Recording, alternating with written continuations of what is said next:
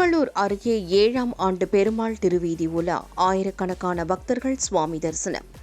திருவள்ளூர் அடுத்த காக்கலூர் ஆஞ்சநேயபுரம் குடியிருப்போர் நலசங்கம் சார்பில் ஆண்டுதோறும் விநாயகர் சதுர்த்தி விழா, விநாயகர் திருவீதி உலா மற்றும் பெருமாள் திருவீதி உலா விமர்சையாக நடைபெற்று வருகிறது.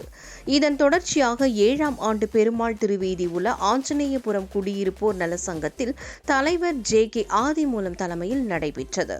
சங்கத்தின் செயலாளர் மூர்த்தி, துணைத் தலைவர் துரைசாமி, பொறுப்பாளர் விஜயகுமார், ராமமூர்த்தி மற்றும் போத்திராஜ் ஆகியோர் முன்னிலையில் நடைபெற்ற பெருமாள் திருவீதி உலாவிற்கு சங்க நிர்வாகிகள் கார்த்திக், திவாகர், திலகர்ராஜ், குமரேசன், ஸ்ரீனிவாசன், லோகேஷ் மற்றும் விழா குழுவினர் முத்துசெல்வம், ராமமூர்த்தி, எத்திராஜ், சாமிதுரை, வேணு ஐயர், ராஜேந்திரன், வினோத் மோகன், குமரன், மதன், சேகர், செந்தில், மேஸ்திரி, BSNL ஓய்வு முருகன், தீபக் ஆகியோர் விழா குழுவினர்களாக செயல்பட்டு 7ஆம் ஆண்டு பெருமாள் திருவீதி உலாவை வெகு விமர்சையாக நடத்துவதற்கு உறுதுணையாக இருந்தனர்.